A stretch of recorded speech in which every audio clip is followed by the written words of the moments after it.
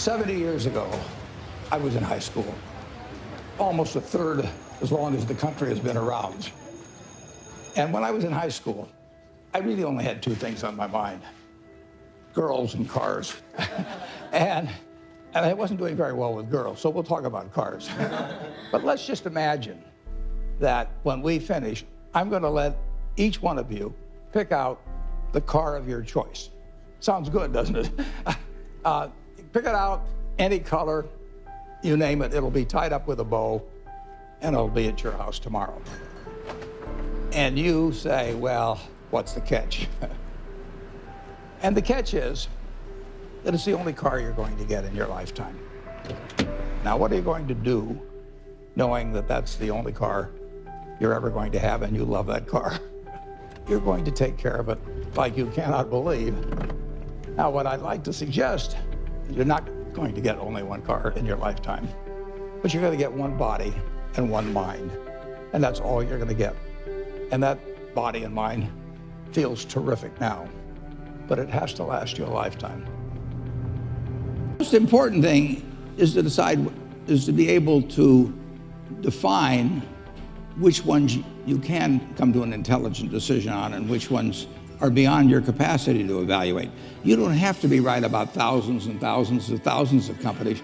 You only have to be right about a couple. I met Bill Gates on July 5th, 1991. We were out in Seattle, and Bill said, "You've got to have a computer." And I said, "Why?" And he said, "Well," he said, "you can do your income tax on it." I said, "I don't have any income. Berkshire doesn't pay a dividend." He said, "Well, you can keep track of your portfolio." And I said, "I only have one stock." I said, I mean, and he says, "It's going to change everything." And I said, "Well, will it change whether people chew gum?" And he said, "Well, probably not." And I said, "Well, will it change what kind of gum they chew?" And not. And I said, "Well, then I'll stick to chewing gum and you stick to computers, you know." I don't have to understand all kinds of business. There's all kinds of business I don't understand.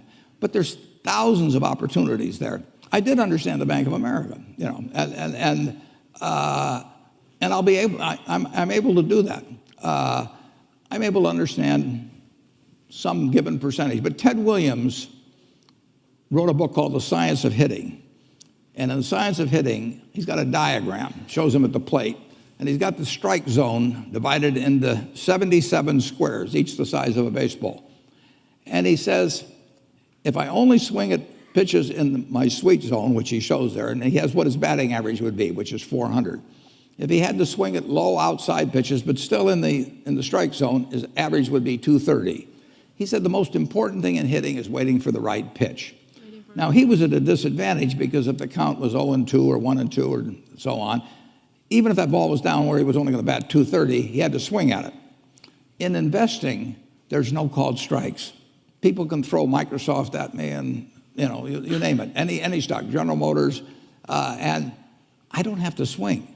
And nobody's going to call me out on called strikes. I only get a strike called if I swing at a pitch and miss. So I can wait there and look at thousands of companies day after day, and only when I see something I understand and when I like the price at which it's selling, then if I swing, if I hit it, fine. If I miss it, it's a strike. But it's an enormously advantageous game.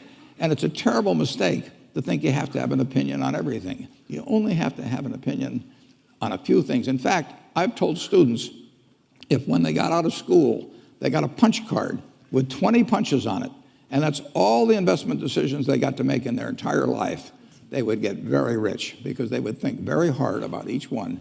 And you don't need 20 right decisions to get very rich. You know, 4 or 5 will probably do it over time. So I don't worry too much about the things I don't understand. If you understand some of these businesses that are coming along and can spot things on, if you can spot on Amazon, for example, I mean, it's a tremendous accomplishment what Jeff Bezos has done. And I tip my hat to him. He's a wonderful businessman. He's a good guy, too. But could I have anticipated that he would be the success and 10 others wouldn't be? I'm not good enough to do that. But fortunately, I don't have to. You know, I don't have to form an opinion on Amazon. And I did form an opinion on the Bank of America, and I formed an opinion on Coca-Cola. I mean, Coca-Cola's been around since 1886. There's 1.8 billion 1.8 billion 8-ounce servings of Coca-Cola products sold every day. Now, if you take 1 penny and get 1 penny extra, that's $18 million a day. And 18 million times 365 is 7 billion, 3 less 730 billion, or $6,570,000,000. So annually, $6,570,000,000 from 1 penny. Do you think Coca-Cola is worth a penny more than, Joe's Cola? I think so. So, and I've got about 127 years of history that would indicate it. So those are the kind of decisions I like to make. And you may have an entirely different field of expertise than I would have, and probably much more up to date in terms of the kind of businesses that we're seeing evolve. And you can get very rich if you just understand a few of them and understand their future. What is it that you two share? What makes this friendship so satisfying for both of you? Well, I think we both certainly share a curiosity about the world, and we come from two different but related worlds. So I think we probably spent about 10 hours of this 1-hour visit that Bill was scheduled on July 5th, 1991. His mother had to talk him into it. And we weren't halfway. I mean, we had gotten no place in terms of our eventual agenda just in that time. In fact, the governor of Washington came by, and Bill's dad had to come into the bedroom and pull us out of it. We didn't want to. He was a little embarrassed we were talking to him. Well, we have fun to start with. Right. I mean, every relationship should have a lot of fun in it. And we find the world in just such an interesting place. So we like to compare notes on it. When we compare notes, we have a lot of fun doing it. Part of the time, as I remember the conversation, by the way, there's a remarkable documentary about Warren, which is on HBO. I think it premieres on January 30th, on Monday. Yeah. You should take time to take a look at it. Bill's involved in that, and you will see, in a sense, it's called, I think, Becoming Warren Buffett. Yeah, that's what it's called. Becoming. Took me 86 years, but I got it. You're doing well on it, though, aren't you? Well, so far, yeah. But best is yet to come. And one of the things that happened tonight, Bill, was that I guess your dad at the dinner said, what's been the most important quality for you? And you found out that you and Warren had the same word. Yeah, I think curiosity, which Warren mentioned, is an amazing thing where you try and predict what's going to happen, and then when it doesn't, you sort of think, well, that drug didn't get invented, that stock didn't go up, that approach wasn't popular. What is it about my model of the world that's wrong? Who could I talk to? What could I read? And the things that have happened since 1991, mostly good things, have been amazing and just so much fun to talk about. We read the news and we think, God, what did Warren think about that? You both are readers. You read all the time, all day, Warren. Bill, you're a reader. You also do a lot of sort of courses online as well. I mean, what does that have done? What has that done for your life? The sense of constantly learning. Well, go ahead, Bill. It's an incredible time to be a learner. I remember when I was young, I had the World Book, which is one of Warren's products, and it was very good. But I always felt like, God, I want to get into this in more depth. I want to understand it better. Today, the videos that are online and the courses that you can buy with the very best professors, it's phenomenal. Take a subject like weather or climate change, or what's going on in economics, what's known, what's not known. Now with the foundation, a lot of what I need to learn is about biology, making vaccines, and what's going on with these various diseases. This is a phenomenal time to be a curious person. The information that's out there, I have my biggest problem is that I stay up too late because I'm reading and then I'm a little bit tired the next day. The other thing that you share other than reading is optimism. You believe in America. Absolutely. You have said to me more than once, I would give up a year of my life just to know what the next 50 is going to be like. Yeah, even the next 4 now. I mean. Why'd you pick 4? I don't know, just a number that came to me. It is just fascinating what's happened just in my lifetime, in the 86 years. I should mention one thing about reading. It was at the library here at Columbia that I wish I spent probably more time than any other student. I lived there practically. But I pulled the book out there, happened to be Who's an American. It told me something about my professor, Benjamin Graham, and then I looked up and I went to the library and I said, I want to learn more about this because I learned this over here. That changed my whole life. We own Geico now because of that librarian directing me to some other book and then following through on that. It's the chance. I read about 1/5 the pace that Bill does, but I still spend 5 or 6 hours a day reading. I mean, you can learn so much. I particularly love biography. Just to be able to live the lives of these people that have been so extraordinary, the lessons and the discouragements they face, just everything about it. So you can't get enough of reading. What surprises you most about Bill? That's an interesting question. I guess what really surprised me is initially we just found so many things to connect on. He did try to sell me a computer. That's probably the only sale he didn't make, although the computer changed my life for the better in a big way subsequently. But, he just had this same curiosity. Yeah. And the other word you have used is focus. Well, the focus is no question about it. I mean, both of us got to where we are in a big way because of focus. Bill, what surprises you about Warren? I was so amazed that he comes to investing with this broad model of the world. So one of the first questions he asked me was, hey, Microsoft's a small company, IBM's this huge company. Why can you do better? Why can't they beat you at the software game that you're playing? And I always, every day I was thinking about, okay, what advantage do we have? What do we do? But nobody ever asked me that question. And we talked about the economics of software, which is a very different and special thing. And he could relate it to things that he'd seen. And I didn't understand banking, why some get ahead and some don't. And so he was able to put that in very clear terms. And so I found somebody whose model was rich enough that it helped me understand things that I really wanted to know. And we could laugh about things that were a surprise to us. I'd say his humility and his sense of humor really stood out in this incredible way. I mean, he enjoys what he does and he shares that with other people. And even, when I ask questions that are pretty naive that he's probably been asked 50 times, he's very nice about, well, it took me a long time to figure this out, Bill, but here's how it works. I tried Bill out with some non-transitive dice. And I'd read about him in Scientific American or someplace, and there were only 2 people in the world in the history of these dice that actually figured it out while I was trying to take their money from them. And one was the leading symbolic logician in the world, and the other was a drunk who didn't really know any better and asked the wrong question. But Bill said, wait a second, you choose first, and the game was over.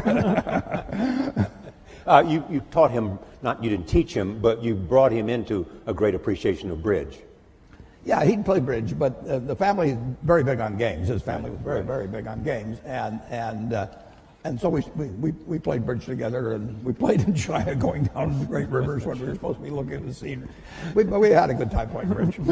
All right, we've got a lot of questions we want to talk from the audience. We want to start up in the balcony, so we haven't forgotten you. It's hard to see, but is there a number there that has a question? Okay, start it wherever it is. Yes, number 6.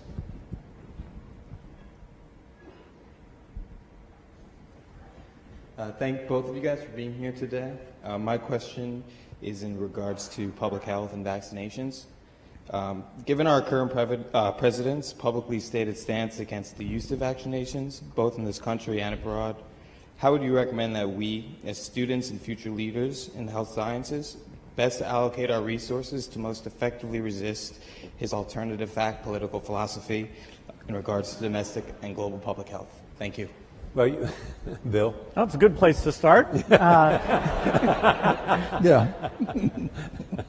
Well, the facts about vaccines are very clear and very strong, which is both that they're safe and that the vaccine schedule has been designed to reduce disease, and the more parents that adhere to it, the more not only their children be protected, but you have some kids who are immune deficient. And so unless the kids around them are protected, then it puts those kids at risk. And there are diseases like measles or pertussis that all it takes is a small cluster, and then mostly those diseases would be coming in from overseas, but you can get infection, and in some European countries you've had deaths because the kids weren't vaccinated. I don't think the U.S. government is going to come out with any negative statements. There may be a commission, and fortunately, if you look at the facts are quite unequivocal. We certainly are speaking out in favor of vaccines. So I'm a little surprised that we have to stick up for them, but it's true in every country that you get these rumors, and particularly in today's media, those rumors can get out and ahead of the facts because the rumors are sort of more salacious or contrary to what you've been told type things. Here, I'm sure we'll have a chance, if necessary, to go through the facts again and get a clear positive message from the government. And the risk is, if vaccines somehow, people are scared of having vaccines, the risk is? Well, we're engaged right now in polio eradication. And the only way that succeeds is to get 95% of the kids to have these vaccines. And there we ran into a form of anti-vaccine sentiment that's even worse than U.S. rumors, and that is that two terrorist groups, one in Nigeria, Boko Haram, and another one in Pakistan, Afghanistan, the Taliban, said that vaccination was a U.S. plot and would sterilize women, and it was a very bad thing. And they took the women who were going out to the children's houses and giving these oral drops, oral polio vaccine, and actually killed a number of them. And so those negative rumors, the only reason we still have polio today, that we're not done, is because of that part of Nigeria that Boko Haram has caused unrest, and the border areas, including Baluchistan in Pakistan, where there have been these anti-vaccine sentiments. So, our risk is simply those negative things. So it's not just in rich countries that we run into this. It absolutely causes deaths if parents don't know. Bring your kids in and get them fully vaccinated. And your drive to eradicate polio is to show that you can do it. Well, it started in 1988 when it already had been eradicated in the Americas. So these were the U.S. in the 60s, the rest of the Americas in the 70s, showed that it could be done. And so in 1988, well before our foundation was involved, Rotary and a number of other organizations said, let's get rid of this. And it's been harder than was expected just because of these sentiments. Here we are in 2017, last year, less than 50 cases. So we are very, very close. In fact, there's so few cases now, the way that we track where the virus is we go and look at sewage samples, and we see, because a lot of kids get infected and pass it along without getting paralyzed. And so it's only through these sewage samples we know that there's still about 4 places in Pakistan and Afghanistan and 1 place in Nigeria that we haven't gotten there yet. All right, let's see. The next question. I got to see a card. Number 1. Thank you both so much for being here. My question, again, is a little bit on the political spectrum. I was wondering what you're both most hopeful about in this new political environment we have, and also what you're both most worried about. You want to take hope or worried, Warren? Well, I'm confident that America will move ahead. It's been, from the time I was born until now, the real GDP per capita of this country has gone up 6 for 1. I mean, nobody ever dreamt that would be possible. And when you look at what's happened in this country over 240 years, it's an absolute miracle. When I went to Columbia Business School in September 1950, 1 woman in the class. I mean, this country moves forward, and you can't stop it. So I'm enormously optimistic. I say the luckiest person born in the history of the world is the baby being born today in this country. And we will go and, everybody, half the country always is going to be somewhat unhappy, or close to half, about the last election. But I grew up in a household in the late 1930s. My dad was very Republican. my sisters and I didn't get dessert unless we said something bad about Roosevelt. I mean, it was it was required. And I heard all these apocalyptic views about after his third term there'll be no more elections. I've been hearing that all my life, and year after year after year, with occasional hiccups and an occasional seizure like we had in 2008 and 2009. But this country, it's all profit, folks. I mean, when I came in, just think of what it would have been like in 76, nothing here. Yeah. And now we've got... And the velocity of change it just keeps moving. Day. I mean, guys like Bill, they don't quit. Yeah. I mean, he moves on to something like polio. He mentions 50 cases in the world. There were more than 50 in the ward where I went when I was a teenager to see a friend of my sister's. And they were all in these rocking machines and everything. They were destined to a terrible, terrible life, and it was just one ward in Omaha, and now that's the yearly total, thanks initially to, as well as currently to Rotary and some, but people kept working on it. This world moves forward, and it's been doing. I bought my first stock when I was 11 in April of 1942. The Dow was 100. If you haven't looked, it's 20,000. Something good must have happened in between, and it's going to keep happening, folks. Bill, I know you share the optimism. What about concerns? Well, the optimism is partly that I think American innovation is strong. Support for research is by and large bipartisan. And so whether it's health breakthroughs or even energy breakthroughs, I think, every year that goes by, we're going to have more of those things. Now, this administration is new enough. We don't know how their budget priorities will come out. There are things like foreign aid, which is a small part of the budget, about $30 billion a year, but that means the U.S. is the biggest, that every time there's new leadership, we have to go in and articulate the benefits. It's well spent. It's not the image that people have in the past. And so right now, I think there's a lot of intensity to make sure we get that message out and get, both in terms of the executive branch and the Congress, to maintain amazing things like the President's Malaria Initiative or PEPFAR, which is an HIV thing. These things started under President Bush, and so our foundation's had a great working relationship with Democratic and Republican administrations. Most people wouldn't realize that U.S. foreign aid as a percentage of the economy, which is generally how it's measured, reached its low point in 1999 under the Clinton administration. Now, I'm not saying it was the administration, it was a mix of the administration and the Congress. Then, during those Bush years, it went up fairly substantially. Now, the economy helped with that, but these initiatives were really amazing. And, I'm hopeful that maintaining or even growing these initiatives will be a priority when there's a lot of talk about tax cuts and different spending activities. And so it is a bit up in the air during these months ahead. And you've often made the point that no matter how big the private contributions are, sometimes in terms of sheer scale, you need a government. Yeah, somebody asked me today, if PEPFAR, which is this AIDS program, was canceled, wouldn't private philanthropy make up for it? Well, PEPFAR is over $5 billion a year. That is this one aid program, which is a phenomenal thing that's saved over 10 million lives. That's larger than our foundation, which is the largest in the world. So there's no possibility the government sector, U.S., U.K., other European donors, that's $130 billion a year in total that's uplifting these poor countries in health and education. And if we lose the consensus around that, if people draw inward too much, we will hurt progress and there will be millions of lives lost because of it.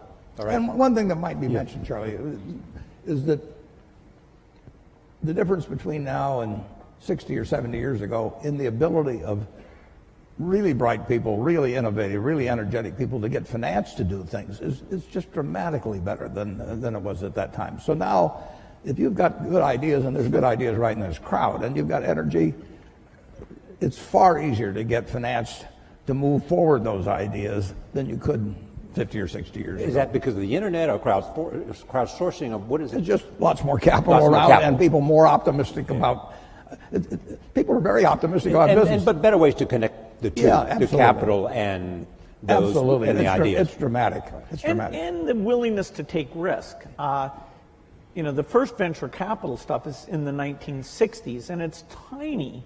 Microsoft, when we were taking outside investment, we took at a valuation of $20 million, we took $1 million for 5% of the company. I'll do it retroactively, folks. You had your chance. You had your chance. We never spent the money. That is, our business was profitable enough. We really didn't need to do that, but we wanted people on our board to give us advice. And there's an episode of Silicon Valley where all these venture capitalists are courting this guy. And that really reminded me of what it was like. By that time, which was 1984, there were dozens of venture capitalists. And that's something that other countries have tried to duplicate. They have in small part, but not nearly as well. This willingness to take risks, the idea that if you have a failure, it's not a mark of shame, that, hey, what's your next startup going to be? You heard his secret, folks. He gets his ideas from Silicon Valley. Be sure to look. All right, cards. Let's see where the cards are, folks. Okay, number 3, take the card right there. So you started this talk about how you'd able to make a model and it won't accurately predict what happens. And on the other side of the coin, I was wondering what happens when you create such well-developed predictive technology, and what are the ramifications and implications of that outcome? Well, I don't think our predictive technology is going to be like an oracle. Warren's nickname is the Oracle of Omaha. But the percentage of times you can predict things like macroeconomics, because they involve emotional sentiment. We're a long ways away from that.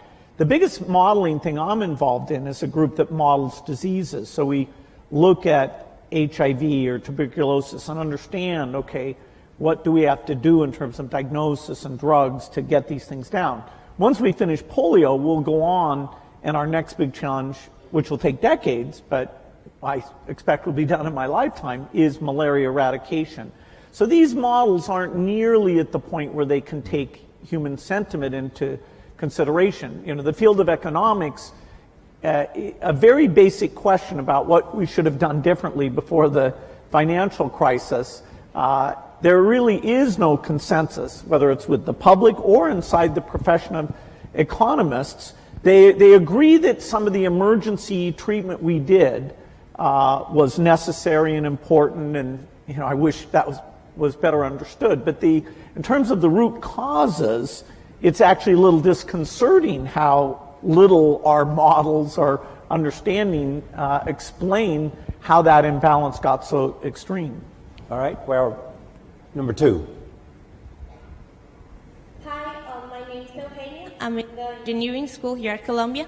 And I wanted to ask, you were talking about that you love reading. I wanted to ask if you have a particular book that it changed your life, like the way you think about things. And I also wanted to ask, what is the thing that you admire the most about each other? Like you, Bill, about Warren, and the other way around. Thank you. They sort of touched on the second question, but go ahead, they may want to add to it. Books, though, first. Changed your life. Well, a book did change my life, and it was by a fellow who taught here at Columbia, Benjamin Graham, and I read the book when I was 19, called The Intelligent Investor. And I'd been interested in investments since I was maybe 7 or 8, but I'd never... And I'd read every book in the Omaha Public Library by the time I was 11. So why do you think you were interested in investing when you were 7 or 8? Because I was too dumb to get interested at 4. My dad had a very small investment firm, and I would just go down and I read all the books that he had there, waiting to go to lunch or whatever it might be, and then I went over to the public library and read them all, and it just was a fascinating subject to me. But I didn't have any. I knew what everybody thought and all of that at an early age, but what Graham wrote made sense. I just happened to pick that book up at a bookstore in Lincoln, Nebraska. But to investing per se, is there something about your core competence that made investing the perfect place for you to be? Yeah, it certainly wasn't to be a pro football player. I looked. It was a question of zeroing out all the other incompetencies, and I was left with one thing, Just the allocation of capital. I was actually wired in a way that was. This would be something I would be good at. So, wired in what way? I can't tell you precisely, but I've got the right temperament for it, which is much more important than IQ. If you've got more than 120 points of IQ, sell the rest to somebody else. You don't need it in investments, but you do need the right temperament. You do. You do have to be able to think for yourself. And getting back to, the earlier question, the first question I ask myself when I look at a business is, is it important and easy what I can determine about this business? Yeah. And a lot of them don't make it. Now, Bill is looking for hard questions that plague society, and where intellect and money may make a difference. They may not for a while, but he's taking on the tough things. My job is to find easy things. I'm looking for 1 foot bars to step over, rather than 8 foot bars to jump over, But that's not irrational if you're looking at the investment universe. But reading is key. On the biography, on the book thing, I will tell you a wonderful book to read. I can tell you a number of them. Intelligent Investor, obviously, if you're in the investment field. But Katharine Graham's autobiography is a marvelous book, and it's absolutely honest, told by an incredible woman who had an incredible life and then wrote honestly about it. But and someone who you knew very well and invested with, and she was a bit reluctant and had to be assured, that she was afraid of me, actually. Yes. But what makes that book so much? It is such a broad range of human experience, honestly told. I mean, you couldn't have, nobody in Hollywood could write a scenario that she lived through, and just to see that world develop, how she reacted to it and everything. You can learn so much. My partner Charlie Munger just loves Ben Franklin. You can learn from other people and their mistakes, and I find biography is my favorite. Part of the reason you love biographies. Pardon me? Part of the reason you love biographies. Yeah. Okay. Where is a card? Right here. Just come here. I'm having a hard time seeing the card, so that right here. See where the hands are raised. Hi, my name is Chisholm. I'm a senior here at the college. I'm also a Gates Millennium Scholar with my family over here. So I'd like to ask, what both of you do involves a lot of risk. And sometimes you have to face the fear of failure with that risk. So I'm asking, how did you overcome that fear, and what steps did you take to do that? Well, I think I was very lucky that when I was in high school, the computer was brought in there, and I developed a fascination for it and became kind of fanatical about it, so that, I didn't view it as risky. I viewed it as this kind of fun hobby. Even when I went to college, which I didn't finish, but I spent time up in Cambridge, Massachusetts, I wasn't sure that would be my life's work. Now, as the chip came along and made it mainstream, it became very obvious that something dramatic was going to happen. And so my passion, my hobby, and the area I could start this company right at the beginning of the revolution, that coincided in a nice way. And I never felt it was risky. If Microsoft had failed, I didn't have kids or anything. I could go back to school and finish my degree and go get a job somewhere. I was very risk averse in running the company. I always made sure we had enough money in the bank to pay everybody for at least a year if nobody paid us at all. Because this idea, I was hiring people who had kids and families, and they were moving to work there. And here I was, 19, 20 years old, and sort of telling these people I'd be paying their salaries. So I was actually very conservative on a financial point of view. And one of the few arguments I had with Steve Ballmer, who came in and played a phenomenal role in the success of the company, was how many people could he hire? because I was trying to be so conservative. But I let him go full speed, and it turns out our financial success meant that we never had a conflict about that. But I think it's great to be risk-taking, particularly when you're young, trying out different things, fields that aren't very popular that you might enjoy. But I never got into a position where I was taking, actually in any meaningful sense, I was taking a big risk. I mean, the risk for you would not to have acted because you felt the train was leaving the station. Yeah, and it was so clear that, this was going to happen. And this was so much fun. I mean, I was a fanatic. I didn't believe in weekends. I didn't believe in vacation. My mom had to negotiate whether I'd come once a week for dinner. No matter who the guest was. Yeah, that's right. That's right. Yeah. But Warren, you have often said you still tap dance to work. Absolutely. Because you can paint with your own colors. Yeah, I'm as excited about tomorrow in terms of what's going to happen as I was when I started. I was having a lot of fun when I started, but I'm having just as much fun now. And when I was here at Columbia, I had this terrible fear. It was impossible for me to speak in public. I mean, I wasn't able to do it. I actually read an ad in the New York Times. I went down to Midtown, signed up for a course, gave the guy a check, and then stopped payment on the check. I mean, I just petrified. But finally, and actually, after you get through hearing me today, maybe you'll wish I'd stayed afraid of public speaking. But that's another question. Then, when I got out to Omaha, I finally decided I just had to do it. So I gave a guy $100 in cash, and once I parted with $100 in cash, I'd jump off the Grand Canyon to get my money's worth. So, but it changed my life. But I would say this: don't fear failure. Almost everything that's turned out, I got turned down by Harvard. The best thing ever happened. Among other some good things that happened that didn't seem good at the time. Don't worry about. And don't let it eat at you or look back. Just keep going, because you're going to have some things and forget them. Go forward. All right, I want to go to the back of the room, right back there, wherever number 3 is. Hi, my name is Matthew Mann. I'm a first year at Columbia Business School. Both of you had a moment where you went out on your own. And I guess my question would be, if you were to do it all over again, you're in our shoes, what industry would that be in? Where would you start your own business today? I'd do the same thing. Yeah. I mean,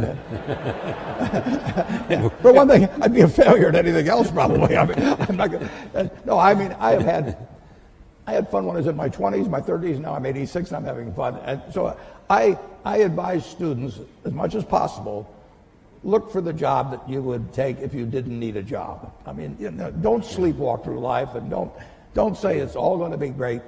I'll do this and I'll do that, and I'm just marking time till I get to be older. That, as I've told people, that's like saving up sex for your old age. I mean, it just is not it is not a good idea. Yeah.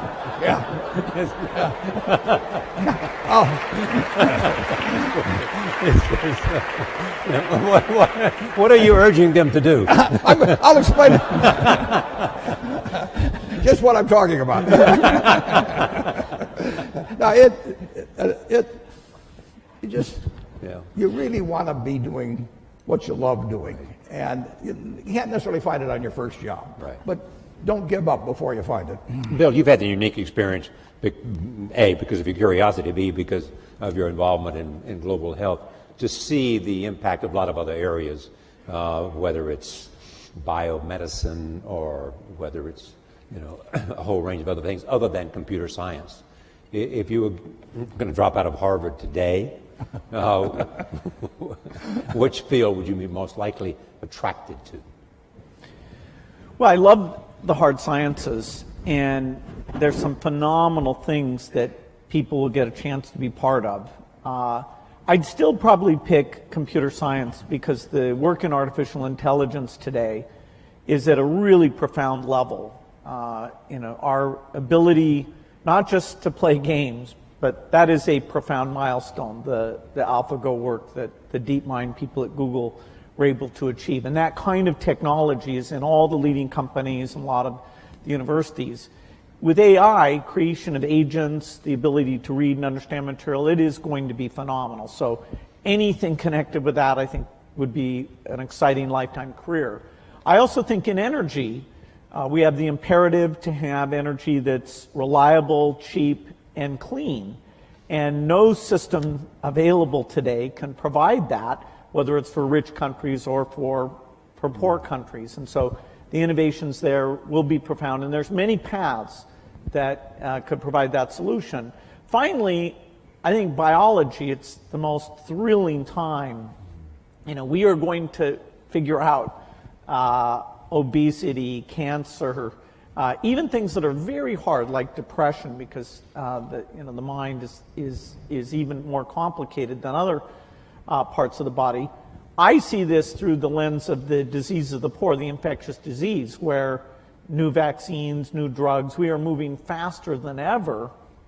And some of these are platform technologies like DNA vaccines that are going to give us just that one thing will give us lots and lots of solutions. And so working in that space is phenomenal.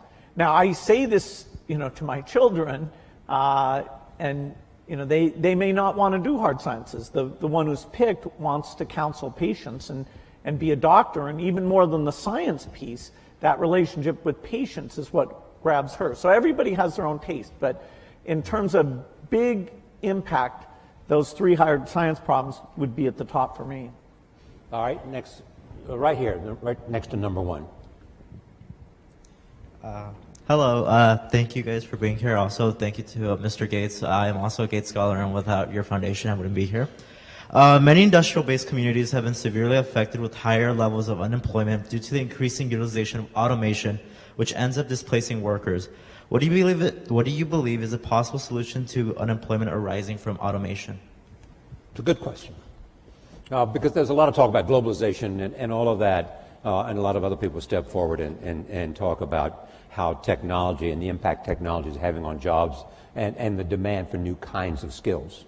Yeah, we were here in 1800 and conducting this, and somebody would point out that eventually tractors would come along and better fertilizer and everything, and that 80% of the people are now employed on the farm, and in a couple of hundred years it's going to be 2 or 3%. And what are we going to do with all these people? Well, the answer is we release them.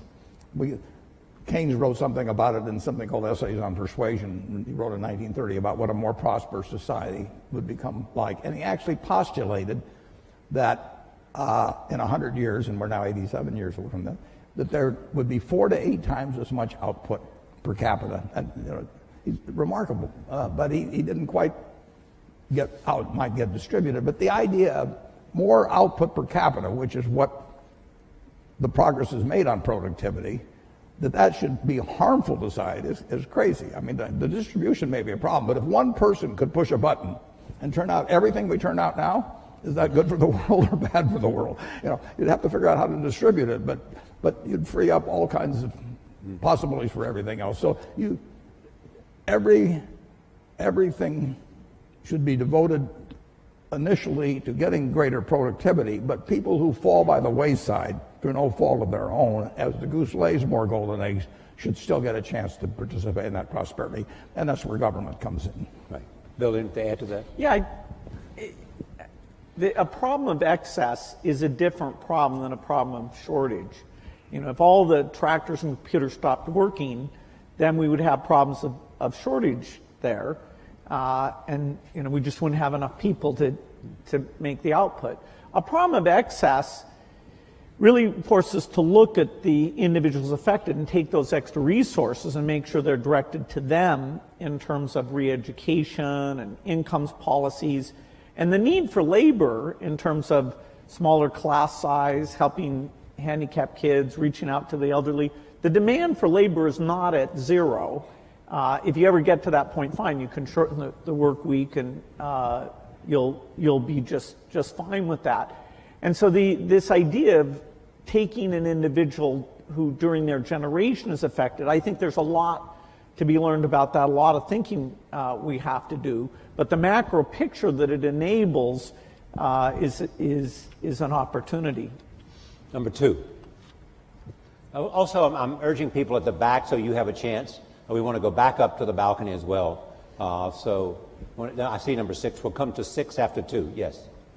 Hi, my name is Sam. I go to Columbia College, and my question is, what steps do you think need to be taken in order to improve public education, particularly in economically depressed areas of the United States? Bill was the one Bill's the education. Yeah. I think this is a super important issue because the dropout rates, although they've gone down a little bit, they're still very high and vary based on income. And even kids who graduate, a lot of them don't enter college, or they do enter college, and they end up in these remedial courses for their reading or math capabilities. And those people have an extremely high dropout rate from higher education, and they can incur debt, they have a negative experience. So we have a long ways to go in education. There are some very strong points of light, like here in New York City, some of the charter schools are, with even less resources than schools at large, doing a phenomenal job of educating kids. There are a lot of countries, particularly in Asia, who, spending way less of their GDP on education, are doing a great job educating their kids. And it's not just the top 20%. Their bottom 20% is pretty phenomenal in the case of China, South Korea, and Singapore. And so looking at what we've learned in charter schools in terms of building the culture, giving teachers feedback, what is good teaching look like? Do we give teachers a chance to learn from each other about that interactive element that makes the subject seem relevant and important? There are great teachers, but spreading those practices has been very, very tough. And so I'd say it's a top priority, and our foundation has that for our work in the United States. Education is the top priority, whereas outside the U.S., we take on health. It's a tough problem because the institution of education are fairly resistant to change, and people are not yet convinced by various approaches very easily, but we need to keep at it. We're going to, stay and even actually put even more money into trying to help create models. Okay, up to number 6. Hi. First, I want to thank Bill. I've witnessed the role of your foundation in eliminating polio in India, and I'm really thankful for that.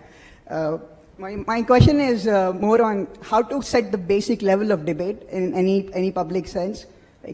There are many trade-offs. How to explain climate change policy for people who are losing jobs in the coal sector? How do you balance the current short-term economic goals with a long-term peaceful transition to the renewable sources of energy?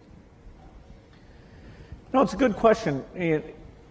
The certain topics are so complicated, like climate change, that to really get a broad understanding is a bit difficult, and particularly when people take any of that complexity and try and create uncertainty about it. And for example, India's kind of paradigmatic in that they want to electrify for all sorts of good reasons having to do with health and reading at night and quality of life. And the question of should they delay electrification for climate issues is going to be very difficult.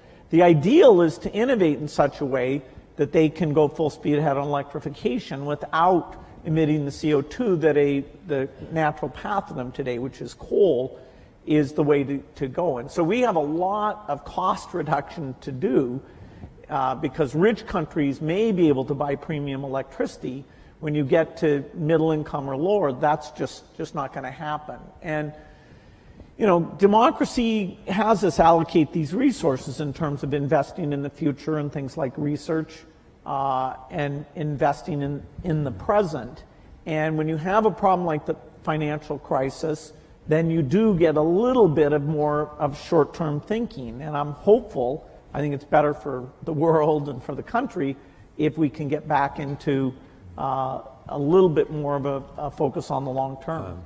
We have some questions from Facebook. Warren, a central tenet of your investing is to invest for the long term. And this comes from Brian White, who says, how might Bill and Warren convince investors to think beyond short-term returns to encourage world-changing innovation? Well, I've spent my life trying to convince people on investing for the long term. Listen, if I knew how to double my money tomorrow, I'd probably invest for the short term too. But it's much easier to invest for the long term if you're just talking pure investment, because you know what's going to, in my view, be very high probability what's going to happen 10 and 20 years from now in a major way, and I don't have the faintest idea what's going to happen tomorrow or next week. But if you're talking about societal, it's very tough because politicians face elections either every 2 years or 6 years, and the way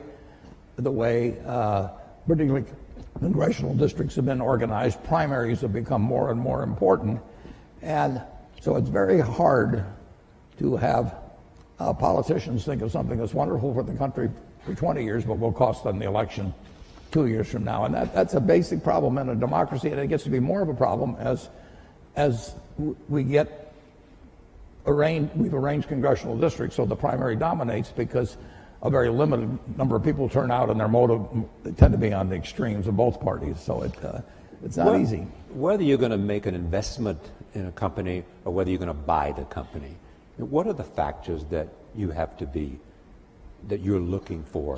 What test? I'm looking for durable competitive advantage. I'm looking for something that has a moat around it for a considerable period of time. And I'm looking for an honest and able management to run it, because I don't know how to run it myself. And I'm looking for a purchase price that's not excessive. But it's better to pay a little too much for something that's a very good business than it is to buy some bargain, but really a company without much of a future. And I don't know. I don't have a ability to predict with a high probability of success the future of most companies. So I'm looking for the exception. But the nice thing is, if there's thousands of companies out there, I really only have to be right on a couple. I mean, it's exactly the opposite of baseball, where you have called strikes, and the pitcher's trying to throw it to you at the worst part of the strike zone for you. And if he succeeds in getting into that corner 3 times and you don't swing, you're out. And investing, it's a no called strike thing. So I can sit there all day and somebody can throw me one company after another, and finally I get one in my sweet spot. Both of you have chosen both wives and partners well.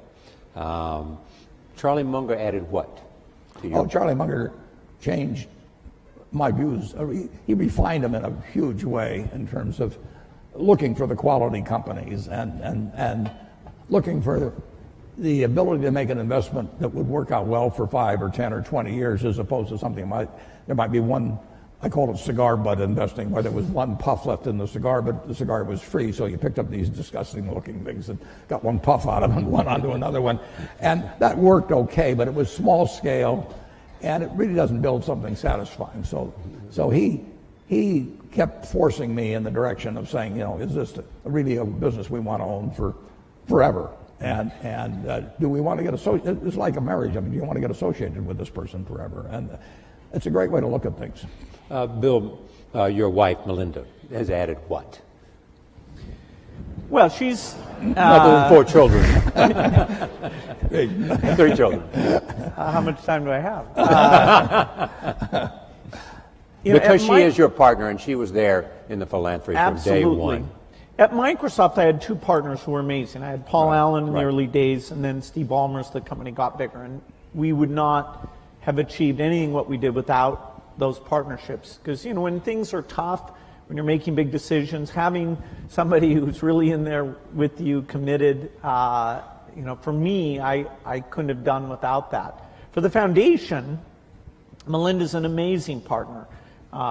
She thinks about the people issues better than I do. She, knows when I get overexcited about the science. She can, make sure we're being realistic about it, and it makes it fun.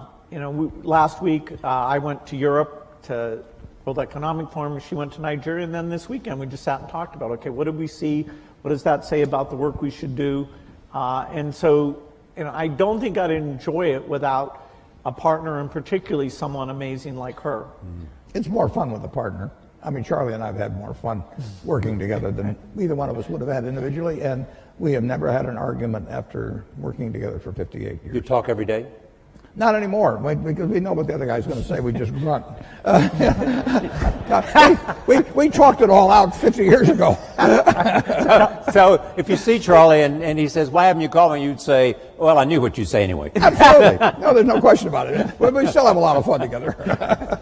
All right, right there. Well, let's see, number 2. Hi, my name is Molly Zanger. I'm a student at Barnard College. I guess what I'm basically wondering is what your main considerations are when you're choosing where to donate and what causes to donate to, and what the main challenges are that are associated with that.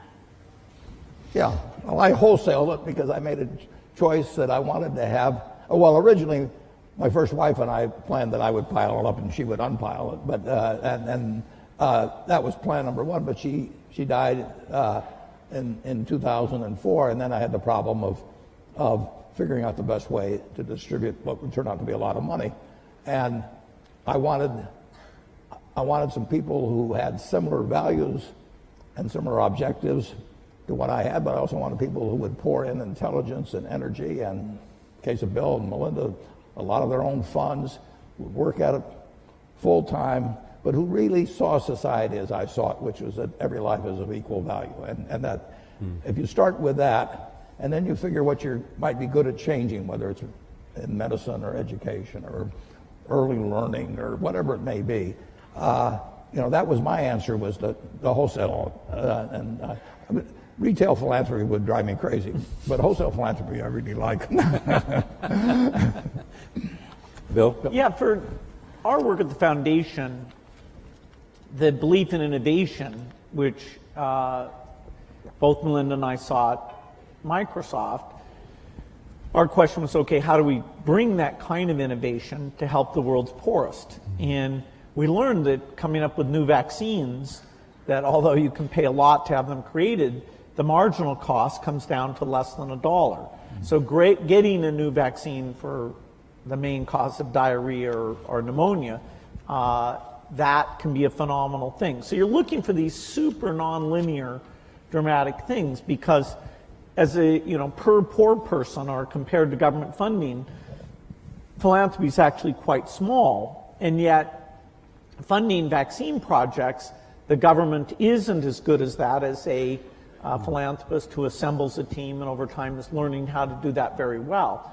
And we had models. Rockefeller Foundation was a phenomenal foundation. The Green Revolution is just one of many things that they did which raised agricultural productivity and avoided hundreds of millions starving. And so studying the other foundations that have taken these big breakthroughs and created a model out of those, that was very informative to what we've gone after. What's the most important lesson you've learned, though, about making investments from the foundation today that you learned along the way? Well, I think when we started out, I thought that just coming up with a new vaccine or drug alone would be enough, and that the world would then take that and get it out to all the children of the world.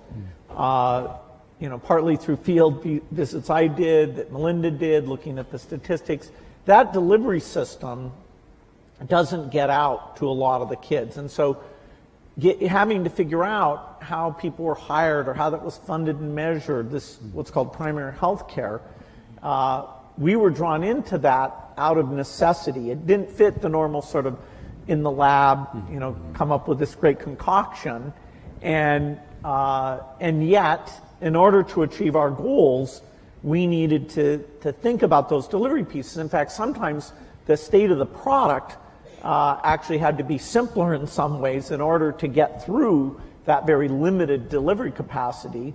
And now we're getting to 86% of the world's children with vaccines. It was about 70% when we got started. So that's a good increase. We still have 14% to go. Bill and Melinda have amazing convening and persuasive powers as well. So, I mean, they bring something far more to it than just money. They work incredibly hard, as do my 3 children and their foundations, but they work incredibly hard at getting governments involved in vaccines or whatever it may take. And that just is, it's an extra dimension that I think very few people have in the field. Yeah, I mean, it's a hands-on well, travel to experience. When Melinda is in Africa and she's holding a little baby, I mean, she is actually thinking, you know, this kid needs to be vaccinated, has a decent chance in education and all that. I feel the same way about the kid, but what I really think is he's going to pee on me, you know, can I hand him something? So there's just a difference in that human touch that makes a big difference. I'm halfway in between. I think he's closer to me, actually. Number 1, number 3, and number 4. First 1, then 3, then 4. Hi, I'm Malvika Goswami at the Columbia Business School. If the current government were to ask for your advice on immigration or healthcare reform, what would you recommend to them? Warren? Well, on immigration? Yes. Immigration, I mean, this country is built on it. I always say to people that are anti-immigration, let's put it in retroactively. And, everybody leaves. It's this country, if you think about it, Bill's heard this before from me, but we are sitting here in part because of 2 Jewish immigrants who in 1939 in August signed the most important letter perhaps in the history of the United States. And you can go to the internet and go to search Bing. And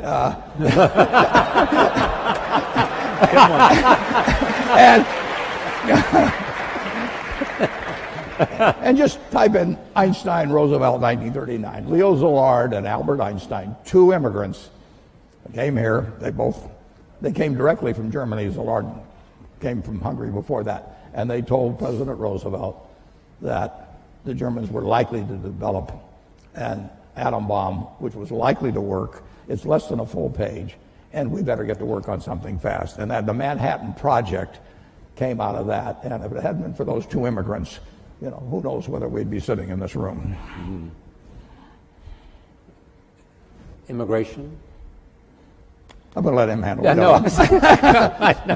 You knew Andy Grove. Just go up and down the line. I mean, right. This country has been blessed by immigrants, and you can take them from any country you want, and they've come here, and they've found something that unleashed the potential that the place where they left did not, and we're the product of it. The question also was about healthcare. I mean, what can you tell us about healthcare that you think is important in terms of the consideration of what might happen? I mean, if you were building a healthcare plan for America, what would be the elements that you would want to include? Well, there's no doubt that in order to provide decent health care, the percentage of GDP devoted to it is going to go up over time. It's already very high, and yes, there's some efficiencies to be gained in that 18% or so number. But as society ages, as we come up with new things like joint replacement, organ transplant, which are going to create lots of human benefits, we're going to have more resources overall, including more government resources for health care. And so it's a tough problem because you have both access problems today and you have cost problems today. And, whenever I look at a problem, I have this one simple lens, which is innovation should help here. But in this case, innovation, while it will provide breakthrough drugs that will save costs, like if you can cure Alzheimer's, which we certainly haven't done yet, that will save on huge long-term care costs. So we have these chronic diseases that we've made less progress on than some of the others. And the market mechanism to get pharma to go after those things and the basic research US funds, I am quite optimistic that we'll have some advances. But they'll also give us some very expensive things that will mean we're spending more money against it. And I do hope, that at some point that we really are calling on the best minds to look at the incentives for the breakthroughs, the most efficient system we have here. I think there's a lot of unhappiness in the country now stems from the fact that the healthcare system isn't delivering, and yet people are saying less government, more government. Right. I don't think they're being given the depth of education about why it's so tough that over time will help them vote for the right solution. The depth of explanation. Let me go. I'll go to Facebook in just a moment. But where was I? I promised 3, 4, and 6. 3 is there, and 6 is up there. So go 3, 6, and then we'll go to Facebook. Hi, my name is Josh Schaefer, and I'm a dental resident at Columbia. My question is, for future doctors and dentists of America, what advice do you have in giving about having a proper balance of providing that health care, but also mastering the concepts of business and economics? Well, Atul Gawande is, an incredible author. Exactly. He, in the current issue of the New Yorker, has the latest in wonderful articles about the healthcare system. And he's talking about the people who do sort of heroic surgery like himself are paid twice as much as the people who are on an ongoing basis in a great incremental way learning about the patient and seeing what works for them. And it's a calling cry to say, hey, that part of the system needs to be run better, needs more resources. So I think it's brilliant that he's saying that, and it also corresponds to what is working in some other countries. Okay. 6. Hello, my name is Donna. I'm from Columbia College. So you both have invested a great deal of money abroad, but there is a prevailing belief by some that there are pressing issues in America. There are poor people here, there are sick people here, and we should deal with that first before even tackling anything abroad. So what are your thoughts on that? Well, my own personal thought is that every life is of equal value. And in many ways,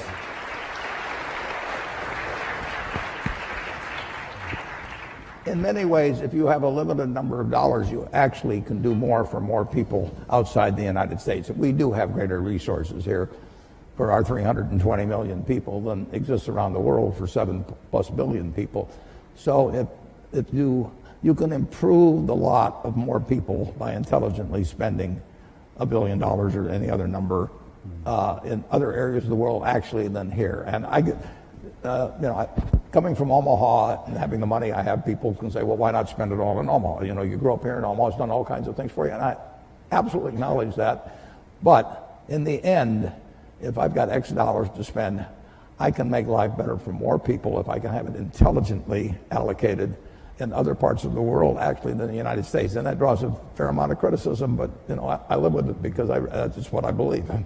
All lives have equal value is really the driving force Absolutely. behind the Gates Foundation. I'm an accident. I won the ovarian lottery when I was born in the United States in 1930. It was 40-1 against me. I was male. Now it's 80-1 against being a male in the United States in 1930. I was just plain lucky. My life would have been far different. Bill always said if I had been born a long time ago, I'd have been some animal's lunch because I can't run fast and I can't climb trees and everything. And I'd be saying, I allocate capital. It wouldn't work. And, I was lucky. But 79 out of the 80 weren't as lucky as I was at that time. And, Bill. Go ahead, Bill. Yeah, in terms of the helping people in other countries, the foreign aid budget of the U.S. is 0.8% of the budget. And there will be, in the years ahead, a discussion about, is that worth doing? It saves lives for typically about $1,000 of life saved. And in terms of stability and countries eventually being self-sufficient and being part of the world economy, there are some huge benefits to that. So if we were talking about should we spend 20 or 30% overseas, okay, that would be a very interesting discussion. But what we're trying to preserve is something that's gotten smarter and smarter all the time, has proven benefits, all of which are things that our foundation co-invests in the same things, like the polio thing is 0.8%. So I'm hopeful that in a big world that can remain a priority. All right, let me go to another Facebook question. This is from Nadia Akwal, says, how might Bill and Warren encourage innovation, particularly among teens and young adults? How do you encourage innovation? Well, I think you have a market system that provides rewards for it. Yeah, that's one of them. Yeah. and we have it. I mean, we have an incubator for innovation in the United States. And, you know, Bill can drop out of school. Andy Grove can come from Hungary. And, I mean, it just welcomes it. And thank God. I mean, that's why we have the kind of prosperity that we have. I mean, the question of how it gets divided is a secondary question, and that does not get solved as well by the market system. But our system is just designed for it, and look at what has happened. All right, number one. So also, I want to make sure we get the people in the back, so we only have 5 minutes left. So there's a couple of hands up in the back, so please recognize it. Hi, my name is Sahir. I'm a senior in the engineering school. As men of such great influence, I'm curious, and we touched a little bit about this in the last question, but how you deal with reconciling your convictions with maybe what is believed by the public, maybe even a majority, considering that you have the wealth and power and fame to make such great things happen.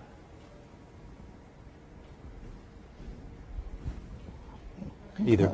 Well, I don't see, you know, the convictions I have, you know, I love sharing them and talking to people and understanding, you know, where people disagree.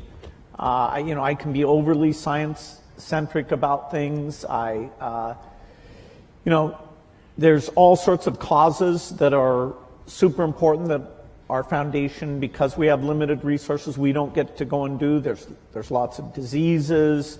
There's aspects of education. You know, part of the strength of philanthropy is its diversity, and so just by sharing the fact that it's fun, it really can have measurable impact. I hope that sets an example for all of philanthropy. I don't happen to believe that, you know, my voice should be that much louder than other people.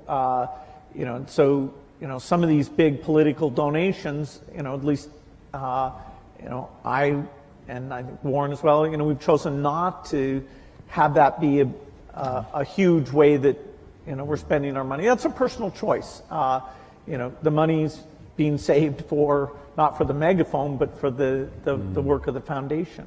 Yeah, we get a podium of a certain sort, you know, but people do not.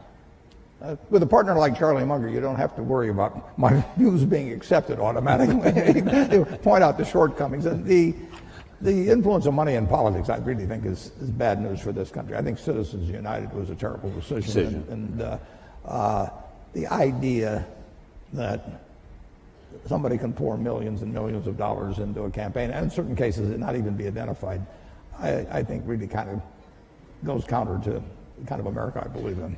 The two of you created, along with Melinda and others, created the Giving Pledge. How's that going? Going terrific, Bill can tell you. It really is going terrific. Yeah, philanthropy is kind of a lonely Bill, tell them thing. what it is exactly. Yeah, okay, this is, you know, we love philanthropy of all types, and part of the strength of American philanthropy is actually people with very little who are incredibly generous. Here, though, we said for the people who are super lucky, have over $1 billion, we want a group who are working together, who are committed to give the majority of their wealth away, to learn from each other.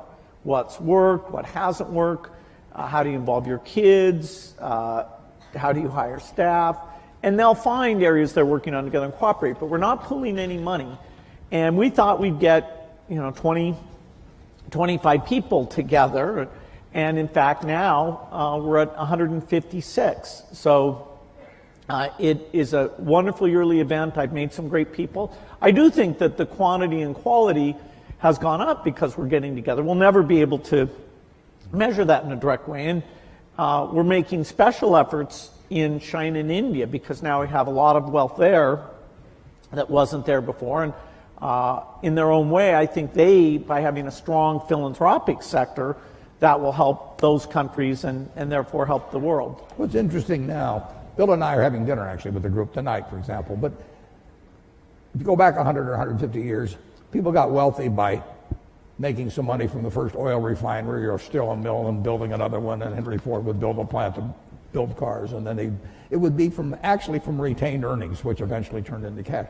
Now you can get rich very young just by having an idea, right. And you can get that idea monetized and capitalized in a way that you cannot believe. So we are particularly interested in getting younger people interested in philanthropy because there are huge fortunes by people that are now in their 20s and 30s. And just think of what the potential for that group. And so this thing has worked out way, way better, including getting younger people to join us. Number 6. Hello, my name is Christina Nunez. I'm a fellow dental student to Josh. Thank you for speaking with us today. I'm curious about your insight related to relationships. I'm personally, given a desire to honor myself and respect other individuals, have found it difficult throughout life to discern which relationships to really foster and invest in and accept challenges from, and which to kind of forego and abandon because they're more harmful than helpful. So are there any major life lessons that you two have learned through your personal experiences? Well, it's a very important question, and the more you will move in the direction of the people that you associate with. So it's important to associate with people that are better than yourself, and actually the most important decision many of you make, not all of you, will be the spouse you choose. Right. And you want to associate with people who are the kind of person you'd like to be. You'll move in that direction, and the most important person by far in that respect is your spouse. I can't overemphasize how important that is, and you're right. The friends you have, they will form you as you go through life, and make some good friends, keep them for the rest of your life, but have them be people that you admire as well as like. Bill, you'd add to that? Yeah, some friends do bring out the best in you, and so it's good to invest in those friendships. And some friends challenge you about things you're doing. And that level of intimacy is great. I wouldn't say that I was so obsessed with work. I didn't invest, I'd say, in my 20s and 30s as much as I should have. It's really through Melinda and seeing, other people I've realized, okay, that is, it's really worth the investment to have those people as you're always there to help them and vice versa.